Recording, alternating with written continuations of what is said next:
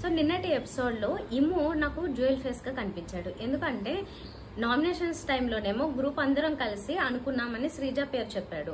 తర్వాత శ్రీజ హర్ట్ అయ్యిందని ఏడుస్తుందని పోనీ ఒక అన్నగా వెళ్ళి సర్ది చెప్పాడు, ఫస్ట్ మాట్లాడాడు, ఓకే అయిపోయింది, అంతవరకు ఓకే. అంటే అందరినీ ఎవరైనా ఏడుస్తున్నప్పుడు ఎవరో ఒకరు వెళ్ళి ఓదార్చడం అనేది కామన్గా జరుగుతుంది. కానీ తిను సపరేట్గా వెళ్ళి, అంటే శ్రీజ ఏడుస్తున్నప్పుడు సపరేట్గా తను మాత్రమే వెళ్ళి నువ్వు మా వాళ్ళందరికీ నచ్చకపోయినా నాకు మాత్రం నచ్చుతావు అని చెప్పడం మాత్రం అస్సలు బాగాలేదనిపించింది. అన్ని చోట్ల తను ఇప్పటి వరకు బాగా ఆడుతున్నాడు గేమ్, మాటలు కూడా చాలా బాగున్నాయి, అంతా బాగానే ఉంది. కానీ ఈ ఒక్క మాటతో ఎందుకో తను నాకు డ్యూయల్ ఫేస్ లేదంటే సేఫ్ గేమ్ ఈ టైప్లో కనిపించాడు అనమాట. ఆ మాట అనడం వల్ల ఏంటి, మిగతా వాళ్ళందరినీ చెడ్డు చేసి తిను మాత్రం మంచివాడు అనిపించుకుంటూ ఒక గుడ్ బుక్స్లో ఉండాలని ట్రై చేసినట్లుగా అనిపించింది. లేకపోతే తనని ఓదార్చడానికి అలా మంచి మాటగా చెప్పింది కూడా కావచ్చు, కానీ తను ఒక్కడు వెళ్ళి అలా చెప్పడం అనేది మాత్రం బాగాలేదు. మిగతా వాళ్ళకి తెలిసినప్పుడు ఈ విషయము ఖచ్చితంగా వాళ్ళు కూడా హర్ట్ అవుతారు. నాకు ఇది అనిపించింది అన్నమాట ఇమ్ము విషయంలో, శ్రీజాతో ఈ విషయం చెప్పడం అనేది.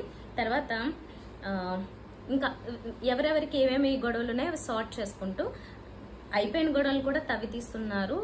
మన ఇద్దరం కలిసి ఉండాము, ఇలా నమ్మద్దు అని చెప్పి పెద్దన్న మనం బాగున్నాము గెలికి పాడు చేస్తున్నారని సంజన అంటది సుమన్తో. ఎందుకంటే గాజుల విషయంగా నామినేషన్లో సబ్జెక్ట్ తీసుకొస్తారు. సుమన్ గారిని ఆవిడ అంటది సంజన, మీరు చేతులకి గాజులు వేసుకుని కూర్చున్నారు, మీరు ఏం చేయొద్దు కూర్చోండి అని చెప్పి ఇలా అన్నింది. దానికి నామినేషన్ పాయింట్లో దాన్ని తీసుకొచ్చారు. ఆల్రెడీ ఆమె సారీ చెప్పి కాలు పెట్టుకుని బాగా బతిమలాడి అన్ని sorry చెప్పేసిందంట.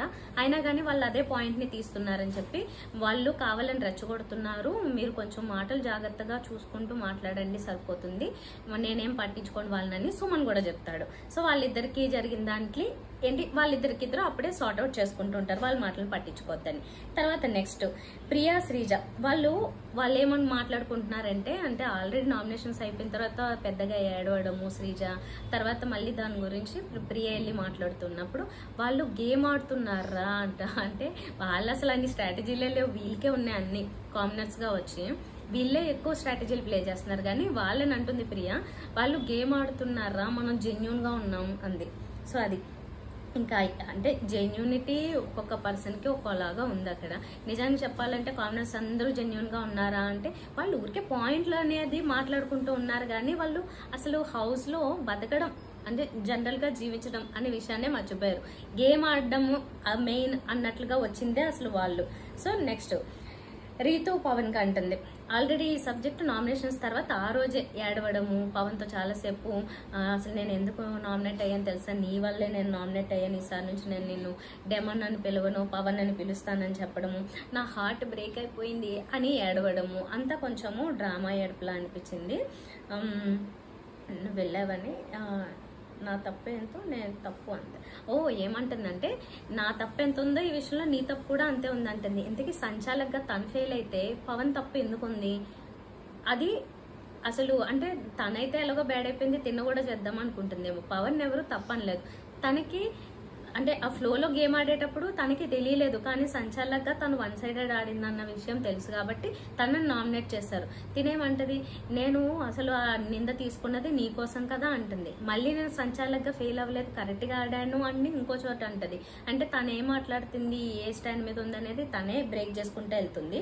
So Ritu and Pawan ఎలా ఉన్నారంటే, రీతు ఎస్పెషల్లీ కంటెంట్ ఇద్దామని ఫిక్స్ అయినట్లుంది.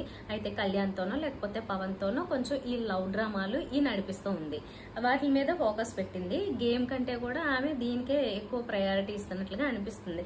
ఎందుకంటే ఎప్పుడు చూసినా అయితే ఇద్దరితోనే ఉంటుంది, ఏదో చేతులు పట్టుకుంటూ అటు ఇట్లా మాట్లాడుకుంటూ, ఈవెన్ కన్ఫెషన్ రూమ్లో పిలిచినప్పుడు కూడా కళ్యాణ్ చేయబట్టుకుని మాట్లాడుతూ ఉంది. ఆమెకి ఇంకా అదొకటే సబ్జెక్టు దొరికిందన్నమాట. Of course most eligible bachelors ఉన్న వాళ్ళు ఎవరైతే ఈ టైప్ కంటెంట్ ఇవ్వడానికి ప్రిపేర్ అయ్యారో వాళ్ళని ఎక్కువ ఫోకస్ చేస్తుంటారు కాబట్టి బిగ్ బాస్ కూడా వాళ్ళని ఆల్మోస్ట్ ఎక్కువ కాలం ఉంచుతాడు కూడా. ఎందుకంటే అలాంటి కంటెంట్ ఇచ్చే వాళ్ళు ఇంకో బ్యాచ్ లేదు అందులో. మరి కొత్త వాళ్ళని పంపించి వైల్డ్ కార్డ్లో పంపించిన తర్వాత అప్పుడు వాళ్ళు ఇలాంటి కంటెంట్ ఏమైనా ఇస్తారు అనుకుంటే అప్పుడు వీళ్ళల్లోంచి ఎవరినైనా ఆ జంటను విడదీసే అవకాశం ఉందేమో, కానీ అప్పటి వరకు అయితే వీళ్ళు కంటిన్యూ అవుతూ ఉంటారని నాకు అనిపించింది. సో ఫస్ట్ టైం నామినేట్ చేస్తేనే శ్రీజ ఇంత ఏడుస్తుంది, మరి తను అందరినీ పాయింట్లు పెట్టి నామినేట్ చేసినప్పుడు తెలీదా అని చెప్పి భరణి గారు గారు అంటున్నారు. అంటే శ్రీజ అంత ఏడ్చాల్సిన అవసరం ఏంటి అనేది ఆయనకి అలా అనిపించింది. మరి అందరికీ అన్ని సార్లు నామినేట్ చేయడము అన్ని జరిగింది కదా, ఫస్ట్ టైం నామినేట్ అయితే ఎందుకు ఫీల్ అయింది? అయితే ఈ అమ్మాయి ఫీల్ అయింది ఏంటంటే అందరికీ నచ్చట్లేదు అని అన్న మాటకి ఇంకొంచెం ఎక్కువ ఫీల్ అయింది. అఫ్ కోర్స్ నామినేషన్ లోకి వెళ్ళానన్న బాధ కూడా ఉంది. ఇంకా అన్ని కలిపేసి అమ్మాయికి ఏడుపు వచ్చేసింది. తర్వాత తనుజ బర్నీ గారి మీద అరుస్తూ ఉంటుంది. ఒక్కొక్కరు చెప్తున్నాం కదా అందరం అనుకుని మళ్ళీ ఒక్కొక్కరుగా లేచి ఒక్కొక్క పాయింట్ చెప్పడం ఎందుకని చెప్పేసి బర్నీ గారి దగ్గర అరుస్తూ మాట్లాడుతుంటే ఆయన ఏమన్నారంటే నాన్న అంటది కానీ వాళ్ళిద్దరికి మంచి బాండ్ ఉంది డెఫినెట్ గా, కానీ ఆమె అరుస్తూ ఉన్నప్పుడు కూల్ నేను చూడ ఎంత కూల్ గా మాట్లాడుతున్నానో, ఎందుకు అరవడం, ఇప్పుడు ఒక్కొక్కరు వెళ్ళలేదు, మీరు అన్న ఆ పాయింట్ నే నేను అక్కడ చెప్పానంటే అందరికీ ఉందని చెప్పి ఒకరి పాయింట్ చెప్పలేదు నేను అని చెప్పేసి ఆయన మాట్లాడుతున్నాడు. ఓకే, తర్వాత సంజన గారికి హరీష్ గారు కిచెన్ లో ఉన్నారండి. గొడవలు కావడానికి ఇంకా వేరే దారి అవసరమా? ఆయన కిచెన్ లో ఉన్నారంటే అందరితోనూ గొడవ అవుతుంది, సంజనతో గొడవ అవుతుంది. ఏంటి పొద్దున్నే ఆవిడేమో వంట అడిగిందంటే ఆకలేస్తుంది, ఆమెకైతే ఆకలేస్తుంది అన్న సంగతి, ఆమె ఫుడ్ విషయంలో కాంప్రమైజ్ అవ్వదన్న సంగతి అందరికీ తెలుసు. అయినా కానీ ఆవిడ వంట అడిగినప్పుడు ఈయన ఇంకా నాకు కొంచెం పని ఉంది అది చేసుకుని వస్తానని ఏదో అని మళ్ళీ అది నామినేషన్ పాయింట్ లో కూడా మెన్షన్ చేశాడంట. సో అడిగితే ఇలా నామినేట్ చేస్తున్నారని ఆమె వండుకోవడానికి రెడీ అయిందంట. దాన్ని వచ్చి ఈయన మళ్ళీ ఇష్యూ చేశారు. సో దాని గురించి ఆమె ఏమో బాగా హట్ అయింది, మళ్ళీ ఏడ్చింది. నేను కడుపుకి అన్నం పెడతాను, నేను అలా చేస్తాను, నేను అని అస్తమాను నేను అని చెప్తూ ఉంటాడు. ఈయన అందరికి ఏదో దానం చేస్తున్నట్లు ఐఎమ్ టైర్డ్ అని చెప్పేసి ఆమె విసిగిపోయింది, ఏడుస్తుంది. అంటే ఆమెకి కూడా కొంచెం బర్స్ట్ అయిపోయి ఆకలి వల్ల కూడా ఆమెకి కొంచెం ఎక్కువ ఫ్రస్ట్రేషన్ వచ్చేస్తుంది. ఆమెకి ఆకలి అయ్యేలా ఎవరైనా చేశారంటే వాళ్ళ మీద ఆమె కోపం వచ్చేస్తుంది. శ్రీజ మీద కూడా అంతే.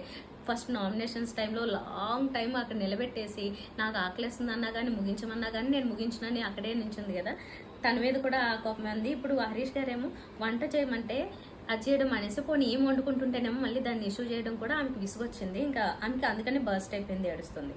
తర్వాత మీరు అందరినీ ఆయన పెద్ద పెద్ద డైలాగులు చెప్పేస్తారు ఎందుకో ఉన్నట్టుండి. క్యారెక్టర్ అసోసినేషన్ చేసింది ఆవిడ నాది, అండ్ ఆవిడ మీరు అందరినీ మ్యానిపులేట్ చేయాలనుకుంటారు, నన్ను మాత్రం చేయలేరు అని పెద్ద పెద్ద మాటలు ఇవైతే. ఆమె ఎందుకు మ్యానిపులేట్ చేయాలనుకుంటుంది? స్టార్ట్ ఆడుతుంది. సంజన గారి గేమ్ చాలా మందికి నచ్చుతుంది. స్టార్టింగ్ 1-2 days మాత్రము ఈవిడేంటో అనుకున్నారు, కానీ థర్డ్ డే నుంచి ఆవిడ పికప్ అయిన తీరు మాత్రము అసలు ఇప్పటికే ఆమెకి ఎక్కువ ఫ్యాన్స్ ఉన్నారంటే నాకు తెలిసి ఈ ఇమ్ముకి ఆవిడకి అయి ఉంటారు అనిపిస్తుంది. తనుజ హీరోయిన్ కాబట్టి ఆమె కూడా ఉన్నారు. కాకపోతే విడిగా వచ్చి ఈమె ఏమాడుతుందిలే, హౌస్ వైఫో లేకపోతే ఇద్దరు పిల్లల తల్లి ఇలాగా అనుకున్న వాళ్ళకి, జస్ట్ హీరోయిన్ కాబట్టి వచ్చింది అని అనుకున్న వాళ్ళకి మాత్రం సంజన గారు సూపర్ గేమ్ ఆడి చూపిస్తున్నారు. సంజన గారు టాప్ 5 ఖచ్చితంగా ఉంటారు. ఆవిడ గేమ్ అలా ఉంది అంటే ఎప్పుడు క్రియేట్ చేసుకుంటుంది, ఆవిడ వర్క్ ఆవిడే క్రియేట్ చేసుకుంటుంది. ఇంకా లైవ్ లో ఏం జరిగిందో కూడా యాడ్ చేస్తాను చూడండి ఇక్కడే. అంటే ఆవిడకి ఎలా క్రియేట్ చేసుకుంటుంది ఆవిడ వర్క్ అనేది.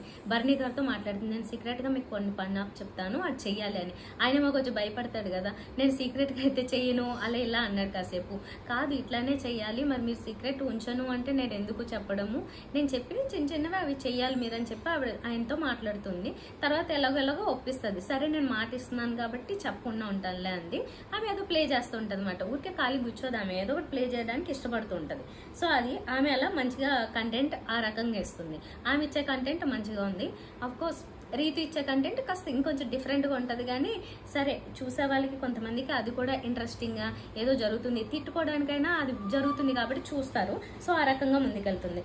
మార్నింగ్ కూడా సంజన సేమ్ ఏడుస్తూ ఉంటుంది అనమాట, ఆయన విషయంలోనే ఏడుస్తుంది. తర్వాత తనుజ కూడా కిచెన్ దగ్గర మళ్ళీ లైవ్ లో జరిగిన విషయం ఇది.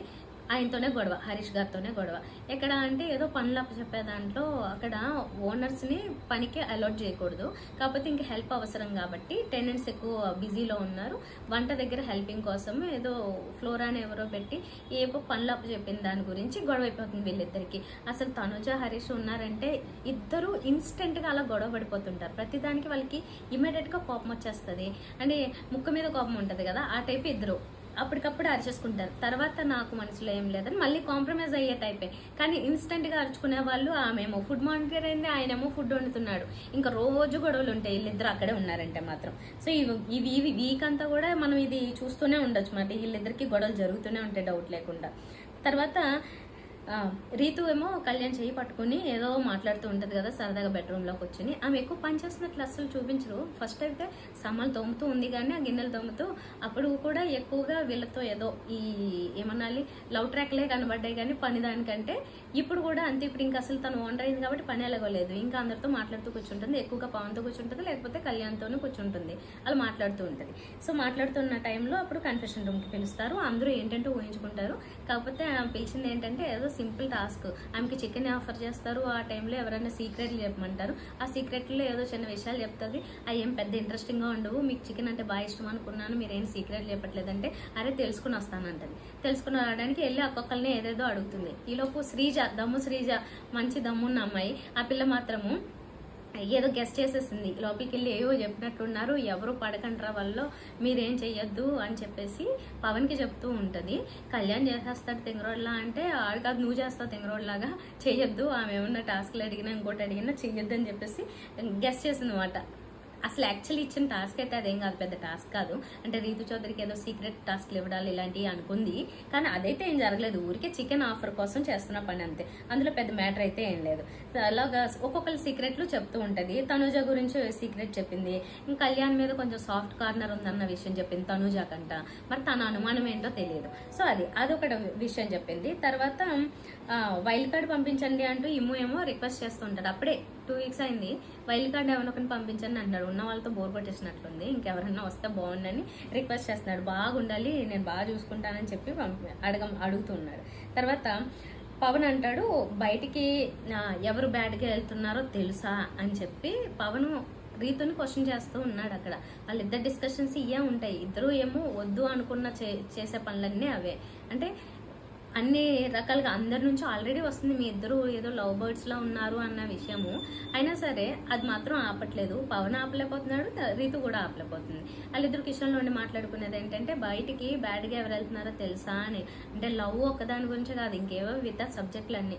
సంచాలకగా ఫెయిల్ అవ్వడం కానీ, లేకపోతే తన స్టాండ్స్ తీసుకోలేకపోవడం అనేది ఒక పాయింట్ కానీ, ఇలాంటి ఏవో వచ్చి మరి ఏ ఉద్దేశంతో అడిగాడో బయటికి బ్యాడ్గా ఎవరు వెళ్తున్నారో తెలుసా అంటే నాకు తెలుసు అని ఫస్ట్ తనని చూపించుకుంటూ నేనైతే అవ్వను అని చెప్పి అందమాట. రివర్స్ చేసింది మాటనే అనిపించింది నాకు.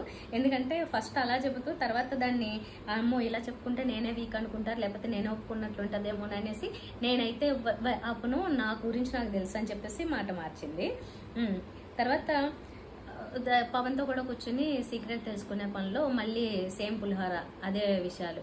ఏంటి నీకు ఇంట్లో ఎవరంటే ఇప్పుడు ప్రజెంట్ ఇంట్రెస్ట్ ఉన్నారు, ఫేవరెట్ ఎవరు అంటే ఒక లూజ్ హెయిర్ అమ్మాయి అంటాడు. ఒక ఆరెంజ్ పెట్టిన తర్వాత ఎవరా లూజ్ హెయిర్ అమ్మాయి అని ఫ్లోరా గాని చూస్తారు. పప్పు కామెడీగా పాప ఆవిడ పని ఆవిడ చూసుకుంటూ ఉంటుంది.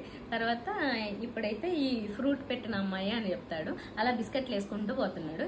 ఎపిసోడ్లో అయితే మాత్రం పెద్దగా ఇంట్రెస్టింగ్గా ఏదో జరిగింది అన్నట్లుగా అయితే ఏమీ లేదు. ఒకటి మెయిన్గా జరిగింది ఏంటి అంటే ఇప్పుడు వాళ్ళకి చాలా ఎమోషనల్గా అప్పుడే ఆల్రెడీ ఉంటుంది. ఒక 1 వీక్ అయినా కొద్దిగా ఫ్యామిలీని దూరం అయ్యారు కాబట్టి అలా అనిపిస్తుంటుంది. ఇప్పుడు ఫ్యామిలీ నుంచి ఏదో ఒక్కొక్కటి అంటే ఉత్తరాలు కావచ్చు, వాళ్ళ వాయిస్ కావచ్చు, ఫొటోస్ కావచ్చు, ఇలా ఆఫర్స్ వచ్చాయి. దానికి సంబంధించిన యాపిల్స్ ఇచ్చారు. ఈ టాస్క్లో ఏంటంటే ఒక్కొక్కరు పర్ఫార్మెన్స్ ఇచ్చుకోవాలి. పర్ఫార్మెన్స్ కాదు అది ఫస్ట్ బజర్ ఎవరు ప్రెస్ చేసి ఎవరికి అవకాశం వస్తుందో వాళ్ళు గెలుచుకోవడాలు ఇలాంటివి ఉన్నాయి. అందులో ఏంటి ఫస్ట్ ఇమో గెలుచుకున్నాడు, వెళ్ళాడు. మిగతా వాళ్ళ గురించి ఆలోచించి తను కొంచెము మేజర్గా అంటే ఎక్కువ బ్యాటరీ అయిపోయేది కాకుండా తక్కువ అయ్యేది కొంచెం అడ్జస్ట్ అయ్యి ఏడుస్తూ అయినా కానీ మిగతా వాళ్ళకి ఛాన్స్ ఇవ్వడం కోసం ఫోటో ఒకటి తీసుకుని సరిపెట్టుకున్నాడు. తర్వాత ఇంకెవరో వెళ్ళినట్లున్నారు, అది ఎపిసోడ్లో చూపించలేదు. బట్ తనుజ వెళ్ళిందని తెలుస్తుంది లైవ్లో. తర్వాత ప్రియాకి అవకాశం వచ్చింది కానీ తను ఎందుకో హట్ అయిందంట. సంజన గారికి అవకాశం ఇవ్వాలని మిగతా వాళ్ళు ఏదో అంటున్నట్లున్నారు.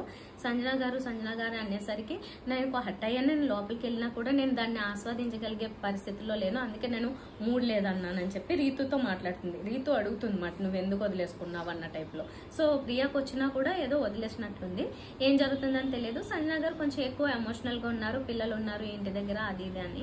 మరి ఆవిడకి అవకాశం ఇవ్వడానికి ట్రై చేస్తున్నారు కాబట్టి ప్రియాని ఏమన్నా కాంప్రమైజ్ అవ్వమని ఆవిడకి ఇవ్వమని అడిగినట్లున్నారు. సో అదంతా కూడా ఇంకా లైవ్ లో జరుగుతూ ఉంది. నెక్స్ట్ ఎపిసోడ్ లో అంటే ఈరోజు ఎపిసోడ్ అయిపోయిన తర్వాత ఆ విషయాలు తెలిస్తే ఏమేమి జరిగింది, ఎవరెవరు ఏం గెలుచుకున్నారు అనేది. ఇదండి ఓవరాల్ గా ఎపిసోడ్ లో అయితే ఇంపార్టెంట్ విషయాలు మాత్రమే. మిగతా అంతా కొంచెం లాగింగ్ అంటే కొన్ని లాగింగ్ అంటే సరదాగా జరిగిపోయాయి కొన్ని విషయాలు.